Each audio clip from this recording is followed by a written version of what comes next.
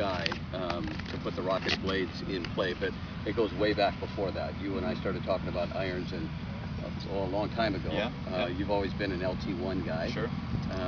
But this was really an iron that when we started out, you were the guy that we had in mind to begin with. Yeah, my thing the last couple years that with the irons that I've been playing is, I haven't been 100% happy with the sole of them. They've been fairly flat with the sole, fairly narrow, and I tend to have kind of a steeper angle of attack into the ground. So for me, it's always kind of digging, and I tend to hit it kind of high on the face, and just a little inconsistency with contact and distance control and all that. When I started hitting these, was the photo shoot this past year, wasn't it? Was it the photo? You would have gotten. We would have had a few, just like a week or two earlier. Yeah, right. So I was doing some testing, and immediately, just before I hit them, the look of them I could tell was exactly kind of what I've been looking for. I like a little bit of a thicker sole, a little more rounder, which this is slightly, and that just is going to go through the ground a lot better and a lot more consistently. But when I hit them, I saw something that I've never really had in an iron before, but when I hit it on the toe, which I normally hit it on the toe if I'm going to miss it, which normally takes a lot of distance off an iron. These not so much though. I could pretty much hit it, within reason, anywhere I wanted on the face, and I was still getting same distance, same flight. So they were very, very consistent. I'm trying to think. Johnson Wagner was watching me hit balls, and I couldn't really see where they were in and up. But he's like, how long you been hitting those things for? And I said, I don't know. I just been kind of testing them out a little bit. And I guess he said he could put a blanket around the golf balls, and I probably hit about 25 balls. So, they're the most consistent iron I've ever seen, or ever had the pleasure of hitting. But the feel of them too is amazing. Normally with an iron like that, it's kind of a hollow, tingy type, very loud sound. With this, it's a very soft feel. And when I've had buddies of mine, at Concord or whatever back home in Pennsylvania hit them, they say, God, that really feels soft. It feels like a blade, almost softer than a blade. So, it just all around, it's a great head. Looking down on it, it's exactly the look I've been looking for. It's that LT type feel, but yeah, I think it's actually a lot better. It's a little bit more refined.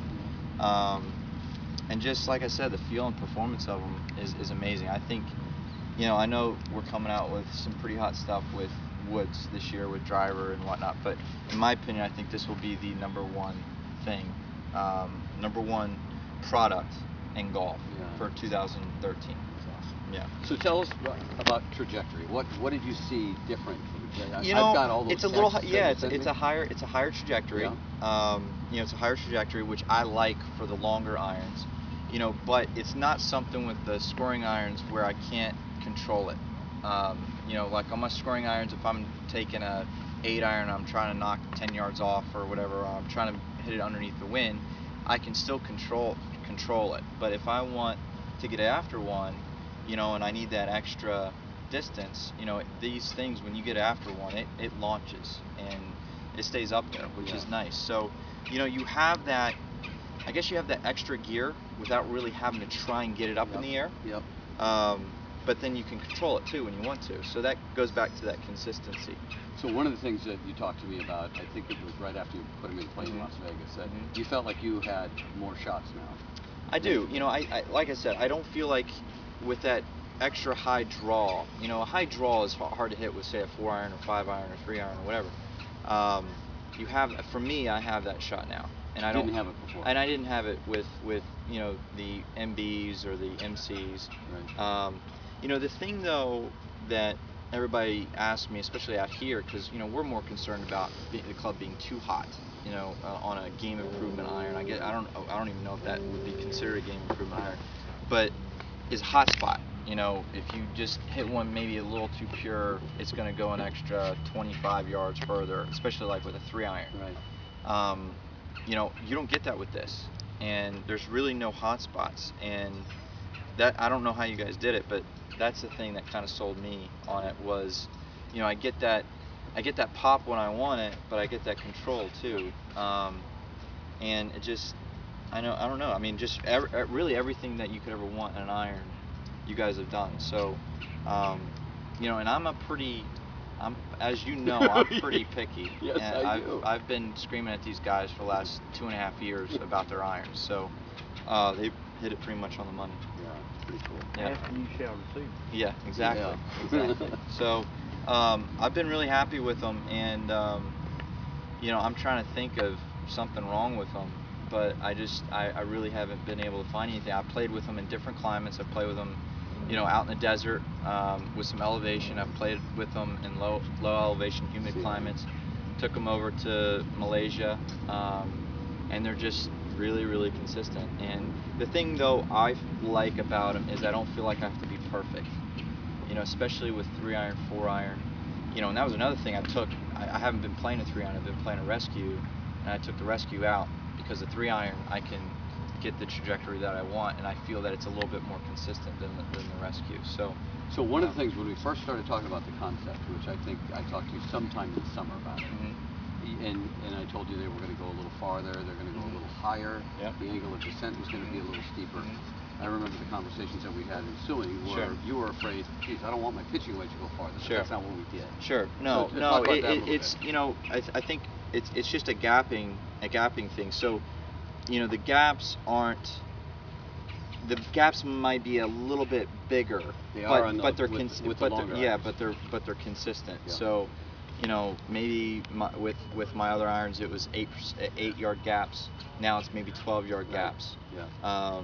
But with the scoring clubs, I'm not hitting my pitching wedge 150 yards. I'm still hitting my pitching wedge pretty much the same distance. About 130, right? Yeah, and and so on and so forth. So, just the gaps are a little bit bigger. I'm hitting my 3-iron. That's where I see the distance, getting bigger, is more like 5-iron, 4-iron, 3-iron. Especially with 3-iron, I'm seeing a lot of, pop. But you've had a big change over the last 10 years with your driver, right? I mean, you hit your driver now 25, almost 30 yards longer than you used to. I mean, everything's getting everything's getting longer, but it's just a matter of what you want to do gap-wise. You can change your lofts and lies, and we're pretty picky out here. I want kind of equal spreads, but that's not something I've had a problem with. Just my longer clubs, I'm hitting a little bit further. And so the middle irons I kind of adjust a little bit, some of the yardages, but it's all gapped up evenly. How far are you carrying the 3-iron, Sean? 3-iron I'm hitting about 230. And the hybrid went how far? Hybrid went about the same. The thing I like about the 3-iron is it is a little bit. I have the option of hitting a kind of a stinger shot.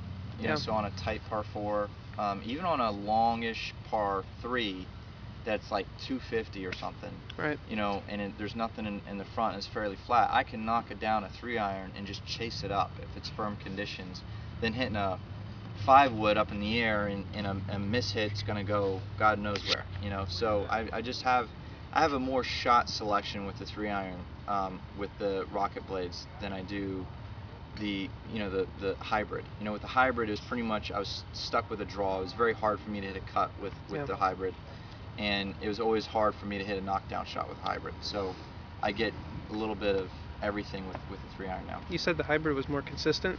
The iron was more consistent? The 3-iron's actually more consistent than the hybrid. Is that from a distance standpoint or from a from accuracy? From a shot, from a trajectory standpoint? If I just hit a normal 3-iron, I'm getting the same trajectory every time. With the off-center hits on a hybrid, I was getting a lot of, say on a toe hit, I'd get a lot of sling hooks, and with the 3-iron on a toe shot, it kind of just maybe hangs out just a little bit to the right. I don't get any turnover to the left, which is what my whole game is based on, taking the left side of the golf course out of play. So, for me, when I get those toe shots with the 3-iron, it just kind of hangs out to the right, and it might go 5 yards shorter than a good shot, but if I was hitting an MB, I mean, you're talking about 20 yards short. I would, it'd be plugged in the front bunker or something. So, I get that I don't know, kind of that play a little bit. I don't have to be so perfect. And you know, we both know I'm not perfect by any means with You're more striking, perfect so, than most. Yeah, but so that was really a big thing that kind of sold me on these irons, because you know, you want to make sure that the scoring irons, you know, wedge, 9-iron, 8-iron, you can still, you know, control your ball, because it's not about distance, you know, it's about accuracy. But with your longer irons, it's like, all right, well, I want to be able to hit a 3-iron into, you know, say at Augusta, I want to be able to hit a 3-iron into a green that's, you know, elevated, but I want it to come in soft enough, you know, and that's what you're getting with these irons, because it just has that launch. So I mean, you really kind of become a better player with these irons. I've had a few guys that are friends of mine that are kind of, you know, 5-6 handicaps hit my irons, and their ball flight is completely different. I mean, you get guys that are hitting, you know, 3-irons, 4-irons that are barely getting it, you know, airborne. They're hitting it clean, but they're barely getting it airborne, and then all of a sudden they're hitting, you know, it looks like they're 6-iron. So it just makes you a better player if you can get it elevated up in the air and you get that trajectory that you want. Appreciate it. Thank you, Sean. Any other questions, guys? I just got one for you. So the first time we took the head cover off the driver, which was in the truck at John Deere. Yes. What was your initial reaction? You know, I thought it was cool. I remember what you said. You remember what you said? I don't remember what it was. Wholly. Yeah. Right. Yeah. Right. The you know, the white driver, the first white driver, I wasn't a big fan of when it first came out, because I'm a little bit of a traditionalist, and you know, I don't know. It was like, I thought it was a little bit of a gimmick, but then after playing it, it kind of sold me, and then I got used to it. But I like this new one even better, because you kind of get a little bit of a breakup as far as the look of it. But performance, I mean, you know, it speaks for itself. I mean, it's just a totally better product. But look-wise, I think it's, you know, probably the coolest looking driver we've come out with. So yeah, Fun. Yeah. But anybody have any more questions?